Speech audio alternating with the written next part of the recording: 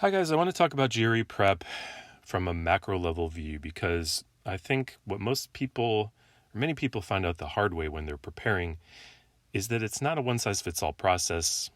The GRE prep industry, in terms of its like video courses and books and etc., will sort of maybe induce you to believe that if you just follow their steps, it's all going to work out. But in reality, a lot of times that doesn't happen.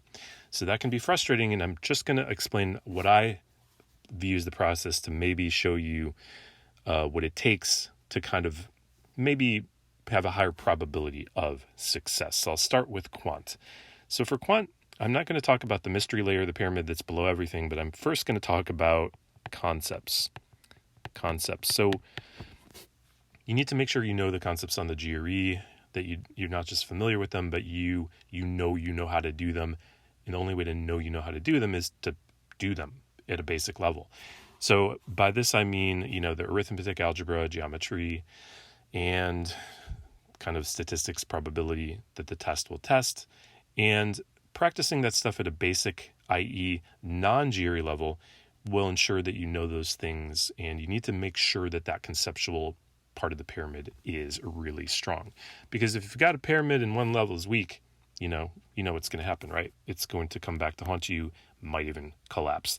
So the next level after concepts is repetition. So of course, when you're learning a concept, you're going to do a bunch of questions in a row with it, but then you might need repetition also at a GRE style. So this is where you might have a GRE book like the Manhattan 5-pound book, and you're doing a bunch of questions in a row for a certain concept to get that repetition. Now after that, we need to make sure we are focused on experience. When I say after that, it's not always just like do this, then do that.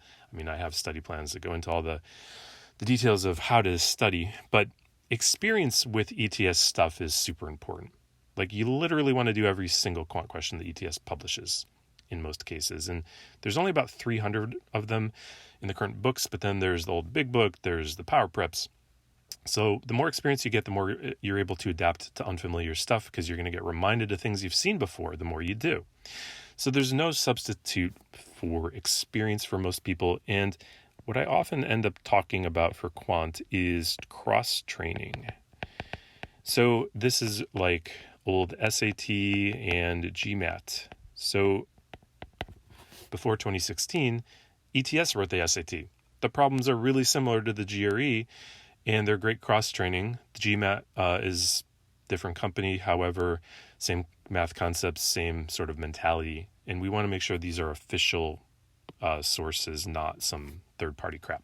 So that'll give you even more of a database from which to draw from for the ways these concepts are presented by official companies, which means they're presented in kind of disguised and wordy in the creative ways. And then the final layer is analysis. So we want to make sure that you're analyzing your problems. I talk a lot about this in my study plans, that you learn from your mistakes and, come up with better ideas. So the thing about Quant that you need to know is this process takes a while for a lot of people. You might have a time frame and a goal and sort of a plan, but you have to be willing to maybe work harder than you thought, maybe work longer than you thought, maybe a lot longer than you thought, because building experience with all this stuff, getting all this repetition, making sure you really are fluent with those concepts, it takes a long time. And for a lot of people, and unfortunately that amount of time might be longer than you want it to be. However, don't feel bad if that's true. It's just the reality for a lot of people. Now for verbal, it's a little simpler and a little quicker. We do need to start our pyramid with vocab and reading ability. And from there, we need to move on to technique, as I call it. So technique, since there are several different types of verbal questions, particularly within reading comprehension, like critical reasoning, we need to have a strategy to do those kinds of questions and understand how they work. And then, of course, we need experience.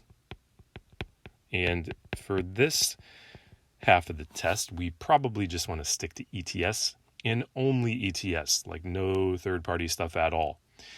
And then the final layer, of course, is analysis. So what is this mystery layer here, the bottom of the pyramid?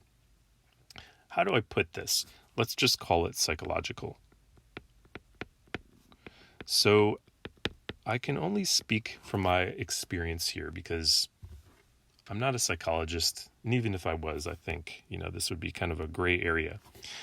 But certain people, I think, if I, in my experience, have stronger drive than others to succeed. So the person with a lot of drive versus someone with less drive, they might have the same numerical goal. They might have the same time frame.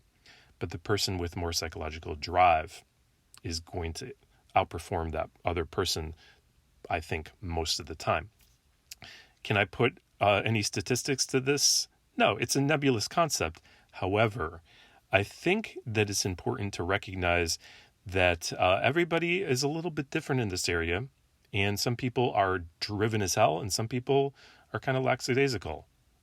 So it's okay if you're not like, maybe your friend in that, in terms of that kind of comparison, and maybe, they have this incredible drive and they're to do something that you're just kind of a little bit more ambivalent about. Maybe there's something else you have more drive to do than they do. But sometimes when I think it's important to recognize in this process that that's a factor. And you might say, well, okay, what does that do for me? I've got my level of drive and I think it's, whatever it is. You probably can do some things maybe to make the most of it. I think some part of that component is maybe going to be less malleable, but other parts of it aren't, So you can have things like a study group in which you tell everybody your goal.